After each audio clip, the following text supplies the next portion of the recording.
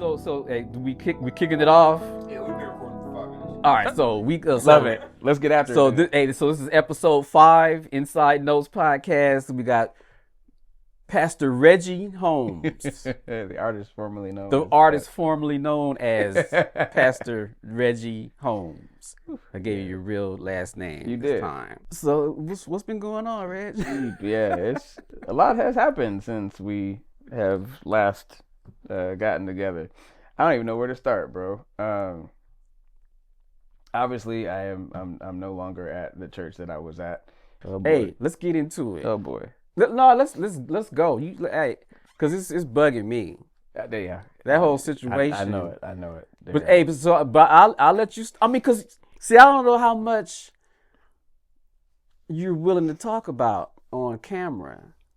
Because I'm upset. I'm willing to go all the way there. I know it. You know me. I'm not. I know. Well, there's one contingency. It depends on when this is gonna air. In less than 45 days, I tell you that.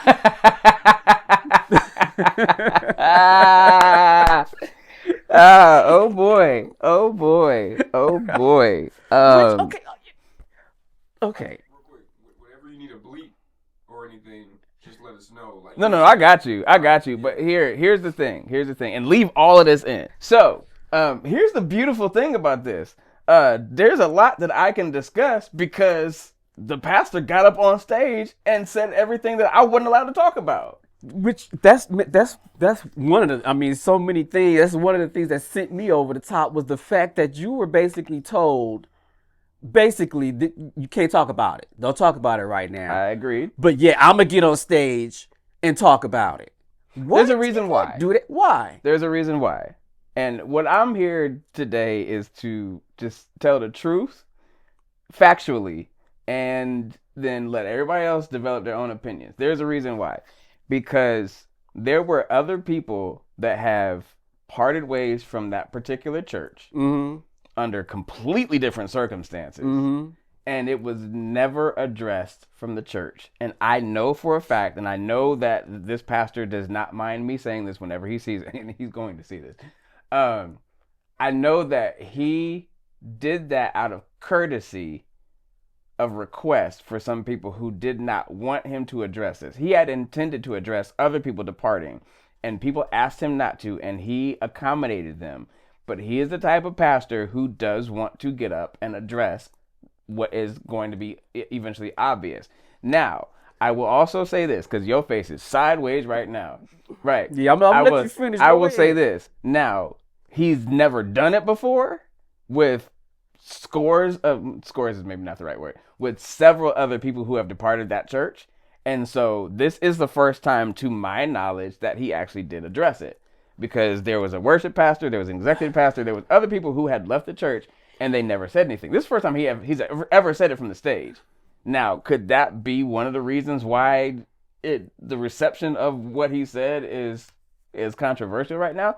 Possibly. My whole problem with this is to me, there is no it to be discussed or to be mentioned on the stage. What was the it?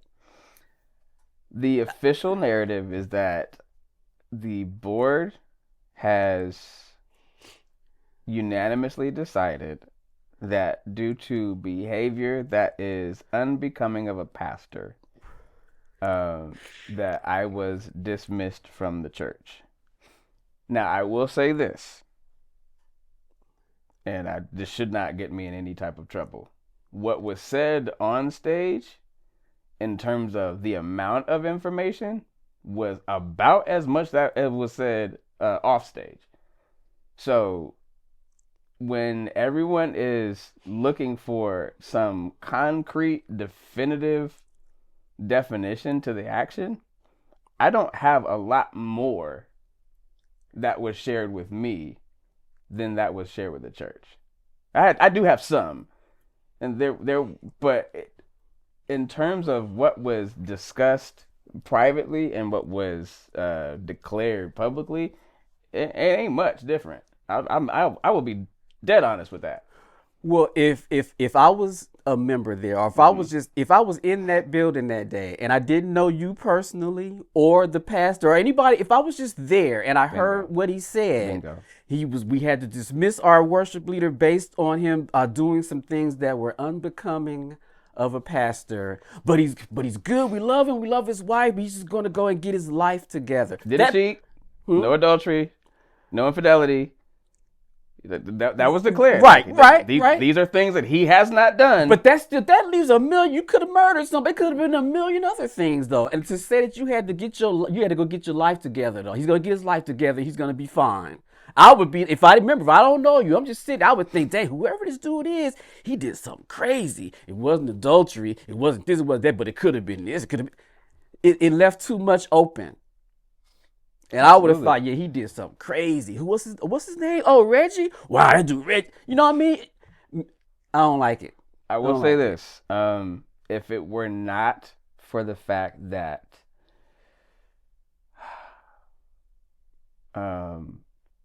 that I have spent many, many years building other relationships in this town, it would absolutely hinder my ability to go get an opportunity somewhere else. If it wasn't for the fact that so many people already know me, and there's a difference. I preached about this once. There's a difference between you knowing people and people knowing you. Right. There's a huge difference. Right. There's a big, big difference. If I say I knew Michael Jordan, okay. If you go ask Michael Jordan, hey, you know this guy? I ain't never seen him. Right. Then that washes everything out. So there's a difference between knowing people and people knowing you. And I have no problem, as arrogant as I know this is going to come across, I have no problem saying there's a lot of people who know me. Because I've built relationships.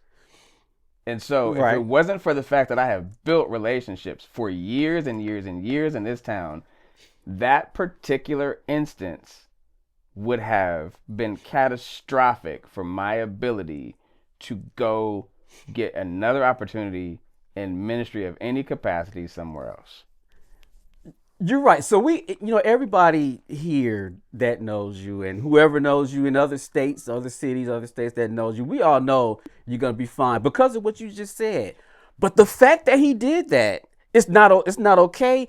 He shouldn't just be able to just get away with he got to feel some kind of pushback for that. Just like the guy we talked about that I went back and forth with on Facebook, which we haven't talked about on camera yet, though. He used that word, but the word had no meaning, but he was trying to hurt me. Yeah. He may not have been trying to hurt you by what he said, but what he said, it felt like an attempt. Like, let me just put it out there that he did. It just didn't feel right. Well, I mean, obviously, okay. There has to be some type of narrative, because if not, then it's just going to be like, well, they just let him go for no reason. And unfortunately, because of how it was handled, then it still feels like they let him go. And unfortunately, and because most of this is public knowledge, there were other separations at the same church that had definitive reason. And unfortunately, by distancing myself from the other people who have been separated from the church, it made it that much worse. It was like, wait, I know why this guy left. I know why this guy left. I know why this guy is gone. Right. And you just got up here and said he didn't do none of that stuff. So then why is he gone? And then I shouldn't admit this, but somebody that I've never met before, somebody emailed the church under the false pretense that there was another reason why I was let go. And a reason that they heard or they got deduction. It must have been something. No, just deduction. That's what I'm saying. Deduction. Yeah, what you just said. It's like, all right, well, then if he didn't do this, and it had to be, he did something crazy, something wild. And so they emailed the church and said, well, he seemed like a good dude, but obviously I think the word he used was a creeper. There was something, and so thank God that you guys found this out about him before it got bad. He said, but sadly, he's just going to go to the next opportunity and find his next victim, was the email. And so that's what I'm saying. Hear me out. The response was that, no. Let me be perfectly clear. there was no moral failure at all. Then what was it then? What was it? There was no moral failure at all, and we are grateful for his service to the church. But his termination was necessary, which again, in that response, and the guy, I don't even know the guy. He sent it to me, and I'll give you his email later. He forwarded the response to me. I don't even know how you got my email. No, I do, because if you go on IG and if you have all your information on IG, they can click on and that's email. Yeah, they can click on like email, and that's how it can be sent. So he forwarded his response to the church, and the response the church gave to him. What was the church's response? The church was like, there's no moral failure, and we're grateful for his service, but his termination was necessary, in a nutshell. And so he sent it to me like, bro, I apologize. And he did it out of conviction. He wasn't telling the church. He did it out of conviction. He was like, bro, I came for you because I thought the way it was presented that you did something out of pocket. And I trusted you. You were my pastor, and I liked you. And then like you went ghost because with the termination, the way it was handled was as such that I did not have an opportunity like everybody else to get up and address. Right. And so I chose, because I was told that it was going to be addressed from the stage, I chose only to reach out to my former team and a handful of people that I love and trust. And even then, I was very vague. I was just so you hear it from me, this is no longer my position at the church. And if you have any questions, you were on that text message. I sent you you were part of that text message. I sent the whole band message. In the group? Oh, yeah, okay, yeah. So that same message that I sent to you guys, I sent to the other people. It was a copy-paste thing. I didn't say anything different. Just so you're aware, just so you hear from me, I am no longer at this particular church. If you have any questions, please reach out to another pastor who is still actively serving at the church. You have the message. Right. That's exactly what I said to the people I said it to. Again, I have no problem sharing, because I don't think it's going to get me in any legal trouble. Right. That what was shared on stage was, unfortunately, was not very descriptive. More descriptive than what was shared to me privately. It was told to me that there was behavior that was unbecoming of a pastor. There were 2 specific instances that were quoted, but I was told that the board voted unanimously and that the pastor respected the decision of the board, which is the same thing he said on stage. The pastor called me later that day in what I would imagine was an attempt of compassion, and said the same thing. My hands are tied. The board made their decision. I have to honor that. This breaks my heart. He has texted me since, and he said, like, I miss you, the whole 9, which I'll be honest, not having a full understanding. Let me rephrase.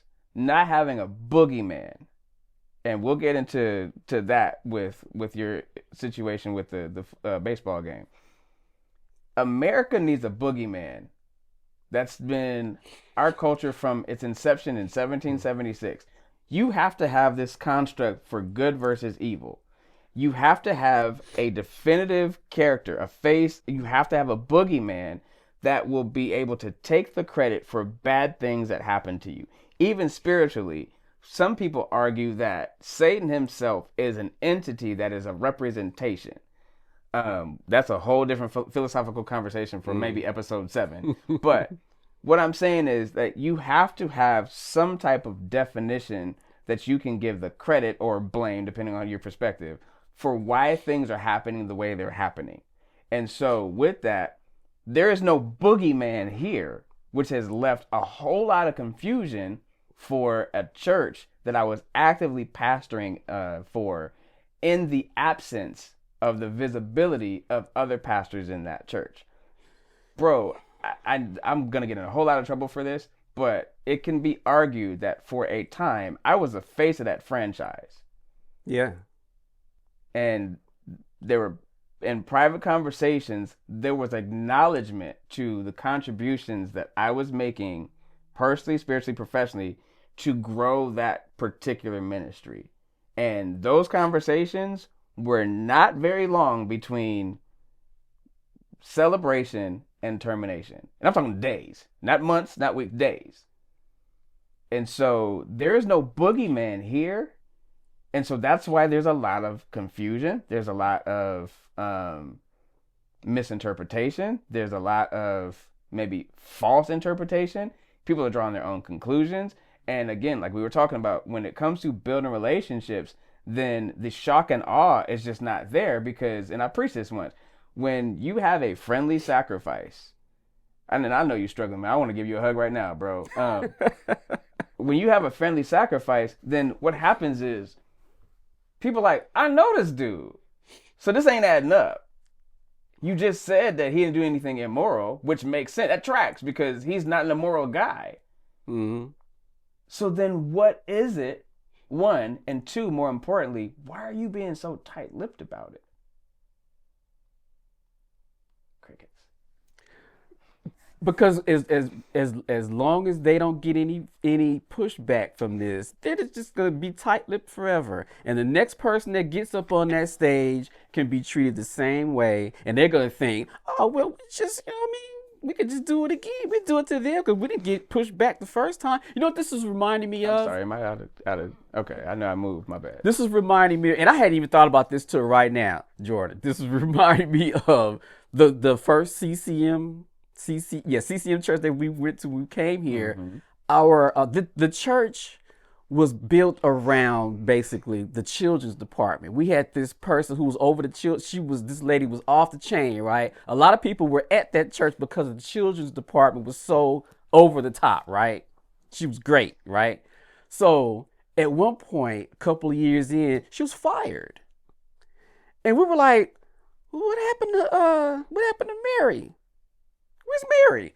Oh, we had and it was the same thing. And the pastor gets up there and says, because we were like, we go to church Sunday, and we were like, we know he's gonna tell us, you know, what happened, right? He gets up there and he gives this, but it was this vague, kind of like what happened to you. But it wasn't even like she didn't do. It was just like, yeah, we had this, Mary was dismissed and blah blah blah blah blah. And I was sitting there like right now, I'm steaming like, no, you gonna we tied up, you gonna tell me something, right? And a lot of people were feeling that way, and it ended up being this big thing because I felt like we're the members of this church. You can't tell us why somebody. You're the shareholders. Good, that's a good way to put it. You're not gonna tell us something. What happened to me? Like I said, a lot of people were there because of that children's department. A lot of people were at this church because of the music. Period. You can call it what you want to call it, but that's what it was. And you could tell your preaching, your numbers on YouTube. You were doing a lot over there. If I'm sitting in that church, hey, you gonna tell me something. That's how I would look at it. And that's how I looked at it back in that church back, years ago. Nah, you're going to tell me something. Yeah, and some people feel that way. What they do with it is time will tell. And maybe by the time this airs, this will be a completely different conversation. But as of right now, there are a lot of people who have expressed that very same sentiment. And again, the response, as far as I have been made aware of, is that, again, the board voted unanimously. And here is the definition of that I can speak to. This is what I'm choosing. Because I can't say aloud. Not when you're leadership. There's no allowing. Like you can do what you choose to do when you're leadership. Well, some leadership can do what they choose to do. Yeah. So this isn't this is what I'm at liberty to say. This is what I'm choosing to release. This is how I'm choosing to frame this. And so, the congregation, by and large, has been impacted. And there are many people who are looking for more answers. Whether or not they choose to give them is between them and God. And time will tell. But it does speak to something bigger then. Because if that is, in fact, the culture of the diverse CCM style church, then maybe it is this is just how we do things. The collateral damage, and this is gonna be the first time I cry on your show. The collateral damage is the congregation.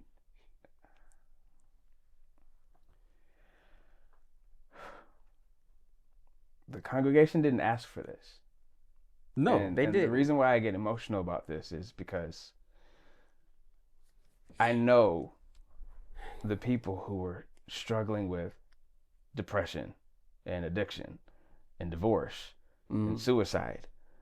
And I know the people, not all of them, but I knew enough people who were battling with not having the spiritual maturity to walk with God without having a shepherd present. And while this is not a trusting God issue. Let me be very, very clear about that. It's not a trusting God issue. This is caring for your flock enough to want someone to step in and fill the void that's left in your absence. This has nothing to do with me, and I know how that can be misinterpreted. But this is, I know someone who is actively in an abusive relationship that I was walking with.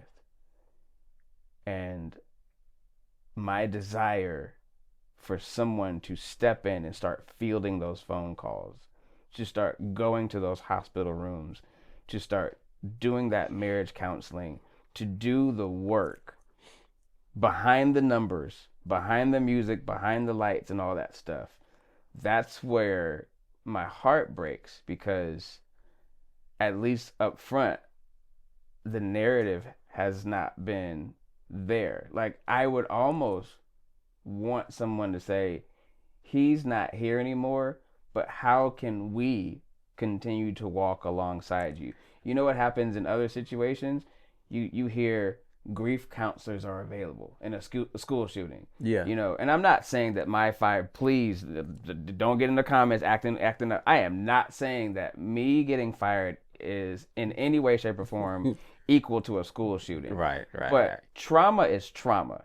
Yeah. No matter how you slice it. And this congregation walked into a church one day and got blindsided in the same way that I did 3 days prior. And so what was not said on stage was how we can walk alongside of you to help process this transition that you were not expecting when you walked in today. So what you're saying, there were a lot of people there who viewed, because you did have the title Pastor Reggie, right? So a lot of people viewed, not so you had your main pastor, of course, but a lot of people viewed you as, Pastor Reggie. I can talk to Pastor Reggie about this and that. This is Pastor Reggie. Now you're gonna take Pastor Reggie away from me. So it's selfish. It's selfish. You're just gonna take this person who's this important to the church. You're gonna just take him and just snatch him out of here, and you're not even gonna tell me what happened. My friend that I talked to in LA about certain issues, and I told him about this whole thing. Now he knows nothing about the CCM world, right? So he was like, "Well, wait a minute. What do you mean fired? You can fire a pastor?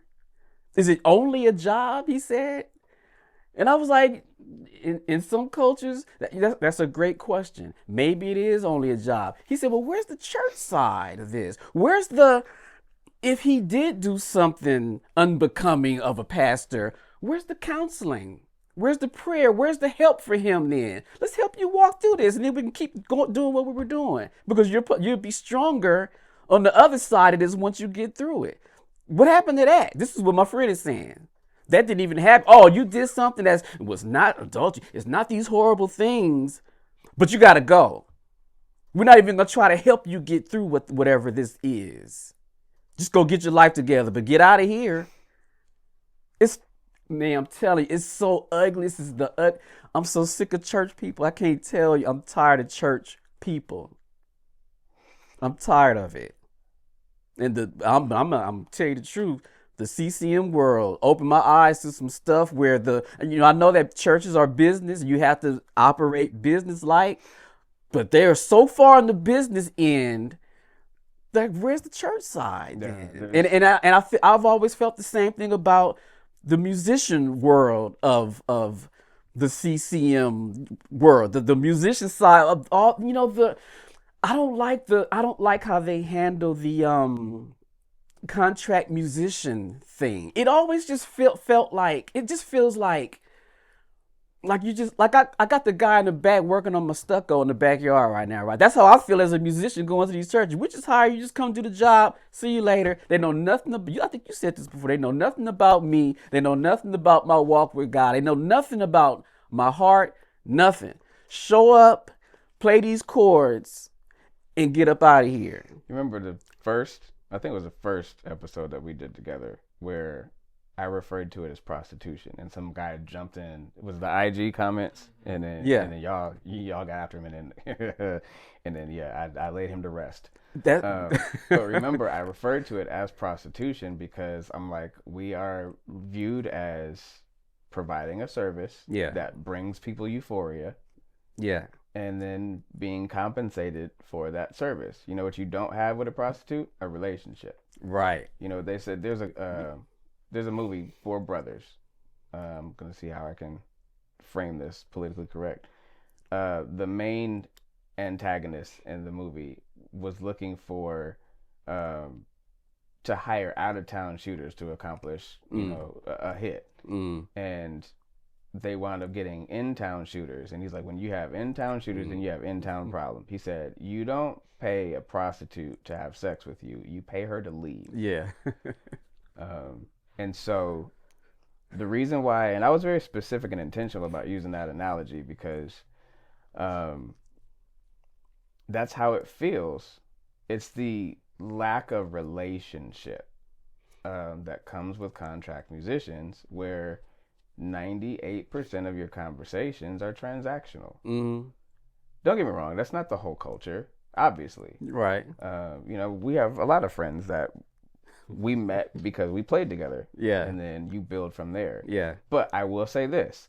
Those are the musicians building relationships with each other. That is not exactly. the church. It's not the churches building a relationship with. Right. And that is why you will see, especially in Phoenix, you go to any church that is of some level of prominence, and you go into their worship program, and you will see that whoever their worship pastors are, their tenure at that church is less than 5 years, and I will stand 10 toes down on that. Yeah. You name me a church, maybe other than CCV, you name me a church of any level of prominence. Palm Valley is another one. Don't get me wrong. Shout out to Palm Valley. Beautiful people. I love them. They are the exception to the rule. Really? And we need to change it because that needs to be exception, not the rule. But right now it is. It's the rule, not the exception. Right. But there are very few churches, prominent churches out here, where their worship leadership has a tenure at that church that's longer than 5 years. It's fact. Like I said, we're not here to do opinion today. Fact. Right. Fact. The church I was at, the guy before me had been there for almost the same time as I was. About 2 years. I was pushing 3. The church that we met at has gone through 6 or 7 of them in about 10 years. These are facts. This is something you can look up.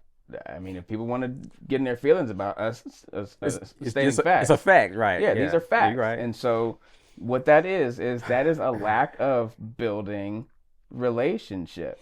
Because when you build relationship, then things that happen that are questionable have a different outcome. Compassion is organic. Compassion is not contrived. It's not forced. Right. Compassion is organic. So when something questionable happens, then you sit down and you navigate how to get out of that situation together. Right. Instead of, and I don't mind saying this, I might get in trouble for it, it doesn't matter. For every moment where there was a temperature check at the church I was just at, and trust me, there were, like, hey, are you still with us? Are you still with us, RC? I did not even pay attention to the fact that was their way of viewing this as being less familial and more transactional. Because if we had an actual relationship, then there would be no need for me to even engage in that conversation. How many times has Nye in the last 90 days come to you and said, baby, are you going to leave me? No, she don't do that. Why doesn't she do that though, Rob? Because I routinely show that I'm in this. So I take care of what I need to take care of. So She acknowledges that. Bingo.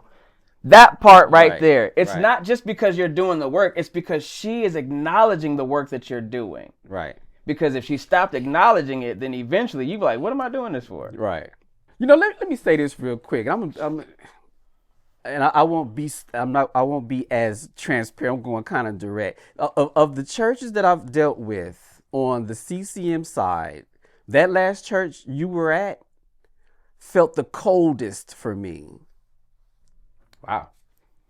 I don't care about saying it. You can post it. You can use this as a clip. It felt the coldest. There was you, Ramon, Adam. You three guys. That was you know what I mean. For a while, that was my reason for going. We would have so much fun in that green room. You know what I mean. So there was a couple of you guys there that made it worth being it. Nye wouldn't step. She wouldn't set foot or step her feet in that building after a while. I'm know back she stopped over coming. there.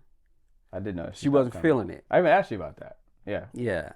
Which is crazy because one of the things that I said often was that one of the things that the church did was they loved well. Apparently that was selective.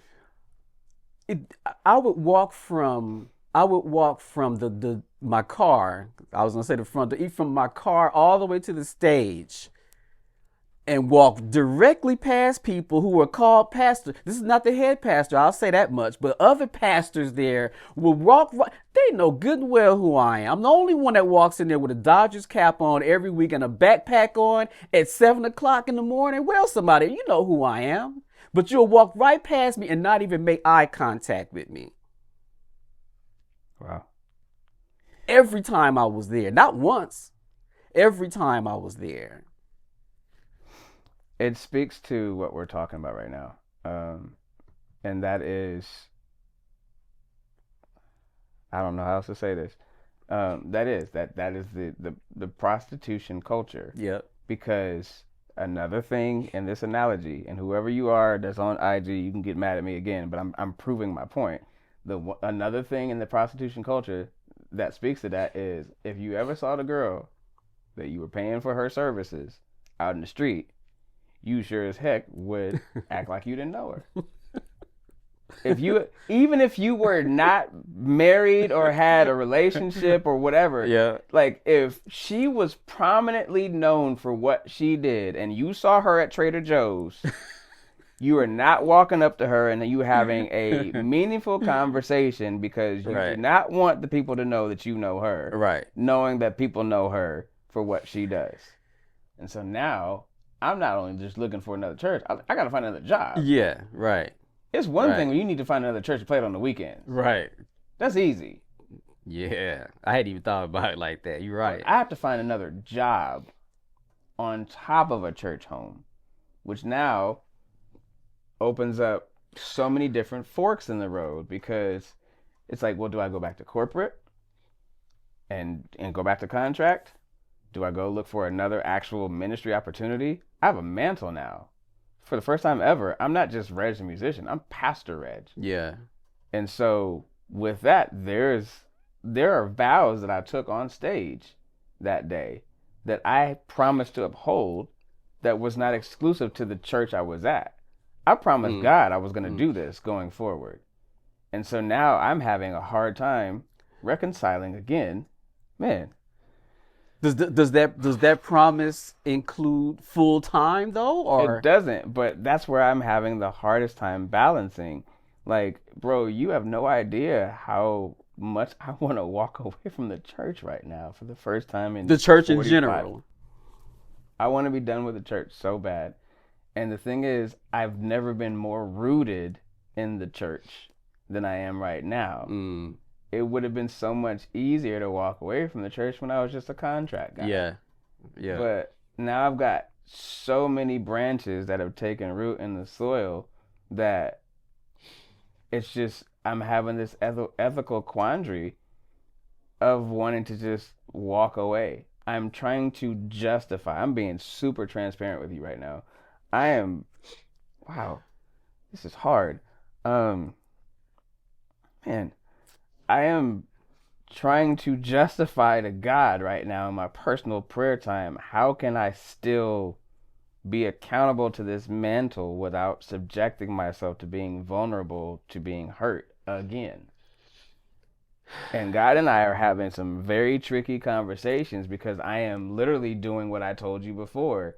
I'm trying to do God and do me because right now exclusively doing God has hurt a lot. At least at Carpenter's house, the guy got up on stage and lied about me leaving and said that, hey, he's going to Atlanta to pursue his musical career. But the thing is, he lied up. Yeah. Like, he didn't tell the truth, but he did so in a way that kind of brought me honor. Right. This is completely different now. This Like, dude threw you like I'm under gone. the bus by not I'm saying not really anything. gonna say why he's gone. I'm gonna leave it up to your imagination. Which again, and I know it sounds crazy to back them in this. That could definitely be the culture. I don't know. That could absolutely be the culture.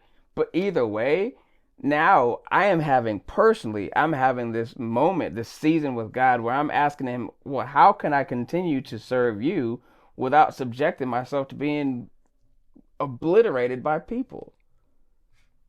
And so here I am like, okay, God, I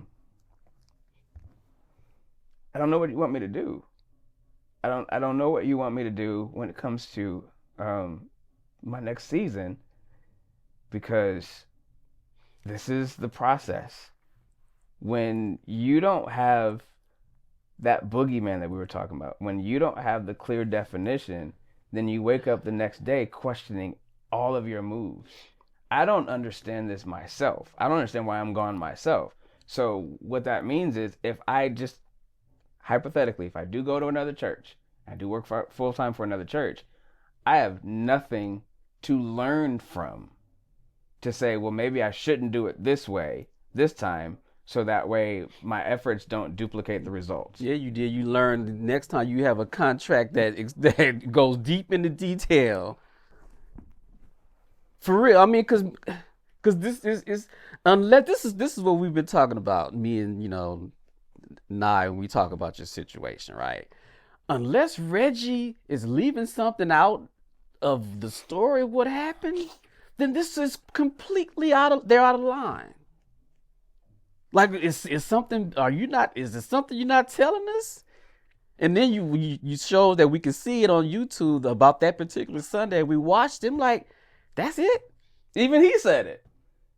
That's the thing. Like, Who? the pastor of that church, even he said it. And that's what the thing, like, for the people who know and love me to be like, yo, this ain't adding up, because I know him and he's not capable based off of what I know of him. And we all make mistakes. We learn that from other people that we know. But he's saying he didn't do anything. But he's on the board that voted you out. How does that make sense? Unanimously, which means he voted, yeah, get him out of here.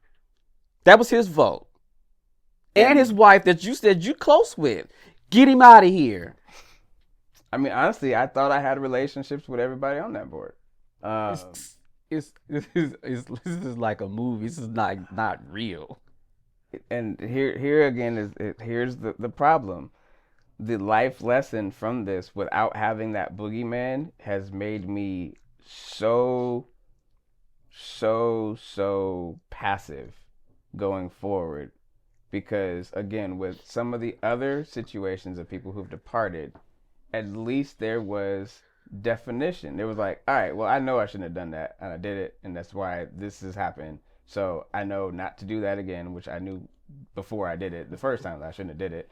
All right, so what you're saying is there's been other things that have gone on with other pastors. Were they fired? No. I from other people who have departed the church, there were opportunities for redemption, And Which is what my friend from LA said. Where's the opportunity for redemption? Where is that? So other people have gotten that, but you didn't. no, I was not. Why not? Why is it different? I don't have an answer to that. For that, I don't. I was told that this is the direction that the church is going in, and so respectfully, I accepted it. I cleaned out my desk, and I left. You can't say Yeah, you that's weren't a true. good fit. No. You're the only one that had numbers on YouTube, right? Who else is there that could get the musicians you had to come through and play? Some of the singers you had to come through and sing. Who else can pull that off? None of them. So you can't say that you weren't a good fit. You fit. It was working.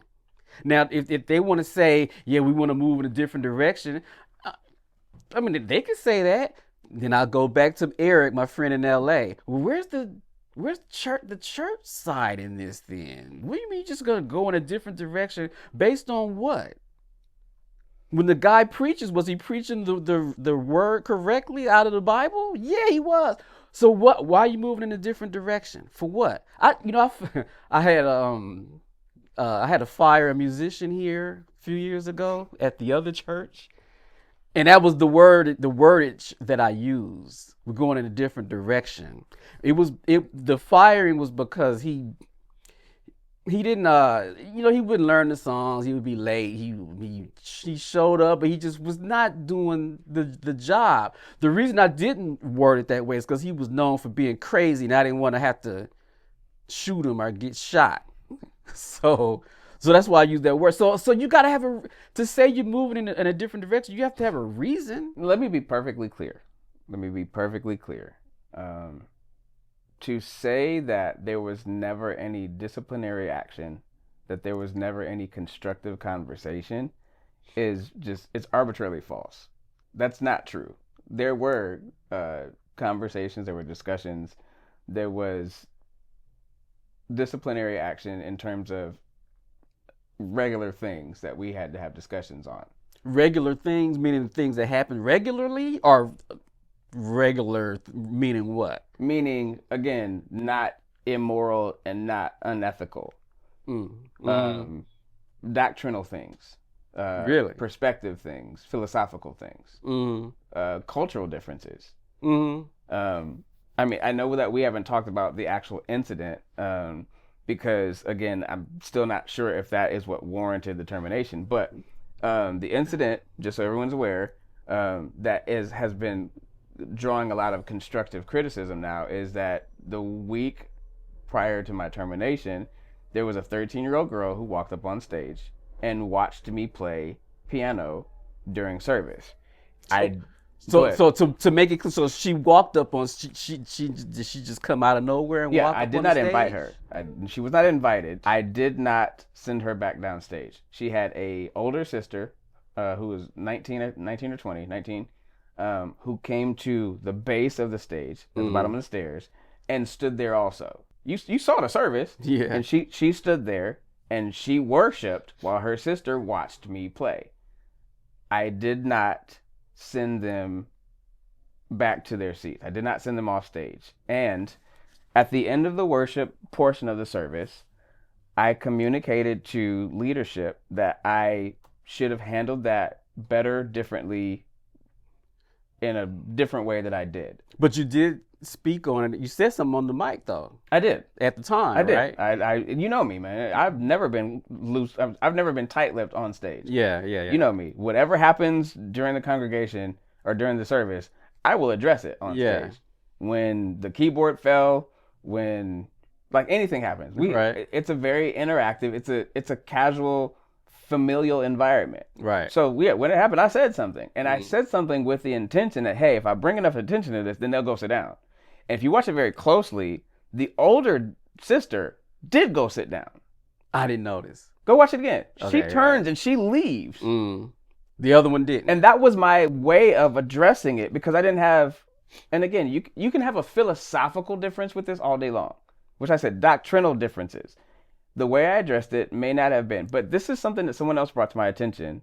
Legend, Buddy Strong, legend, icon, Buddy Strong, after being privy to the service, this is before the termination, but being privy to the service, he was like, bro, you do realize though that how we grew up in the black church, we sat next to behind musicians in church every week, and that's what encouraged and inspired us to want to play. Right.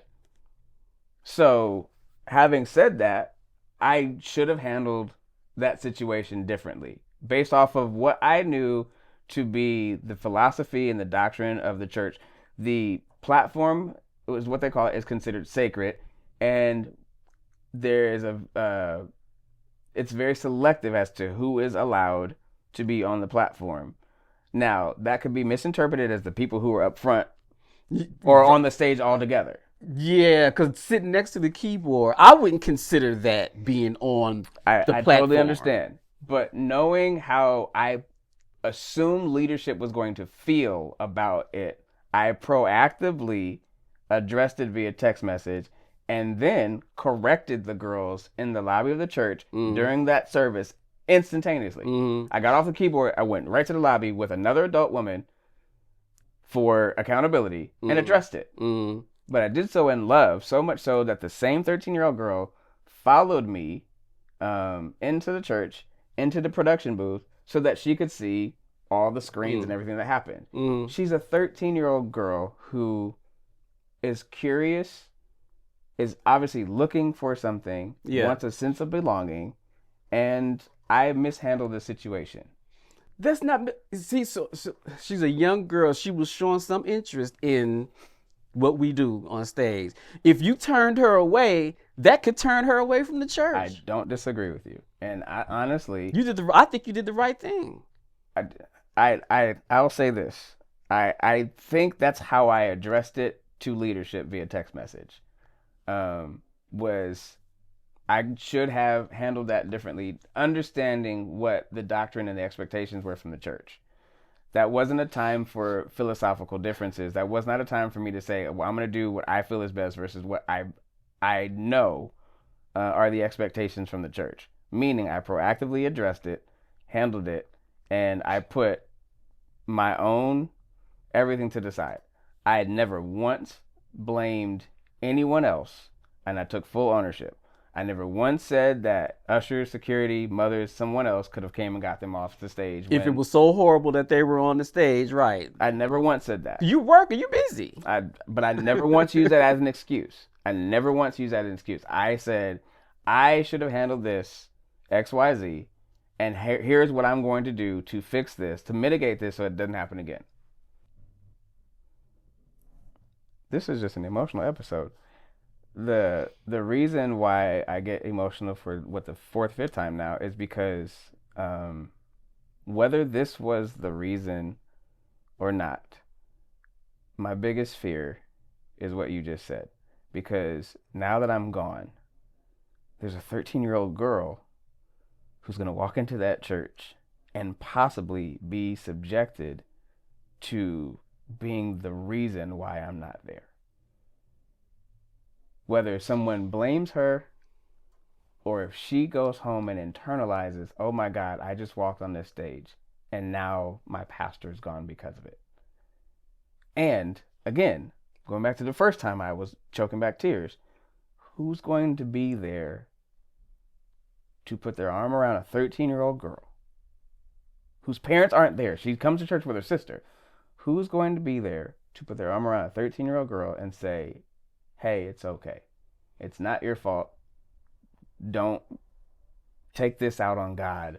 Don't blame yourself. Don't penalize the process that you had nothing to do with. You know, I hadn't even thought about her, about how this would affect her. I hadn't thought about it. I have. That's all I can think of. It's what keeps me up at night. Because is she going to be even told that that's why you're not there? Because of what happened that day. She may not be, but the thing is, in not saying it, if that's the last service that I ever have at that church, what's going to stop her from thinking that that was the reason? And so again, who's going to put their arm around her and tell her, baby, it's okay? Don't blame yourself. Don't stop coming to a church. You just said it earlier, because if it's mishandled, she stops coming to this and all other churches. I've preached this before. When people get church hurt, they take it out on God. They don't take it out on the church. Right. We don't know, or I don't know her background. She could take this and be like, well, forget churches. They don't even want you to get close to the people that are on. What I mean? She could take this any kind of way. They're not thinking about none of that. None of that comes into play. None of that. You don't matter. The girl doesn't matter. What she thinks, that nobody matters except what happened in this little room when they voted.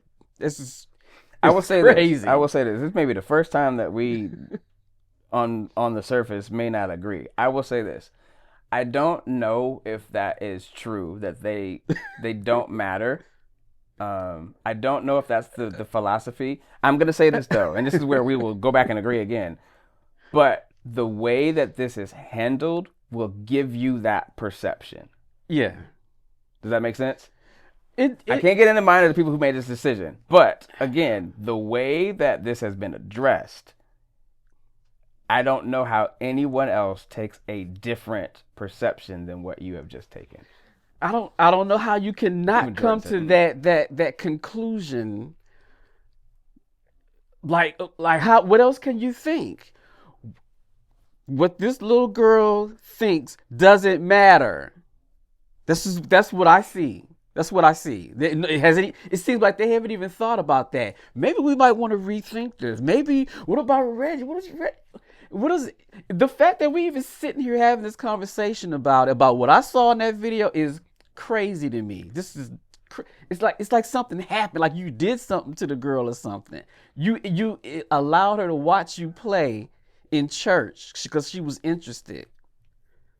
And we're sitting here talking about you being fired for it. It's just, I mean, I know you're emotional. I'm laughing, but it's because I don't take that. It's like so. It makes no sense.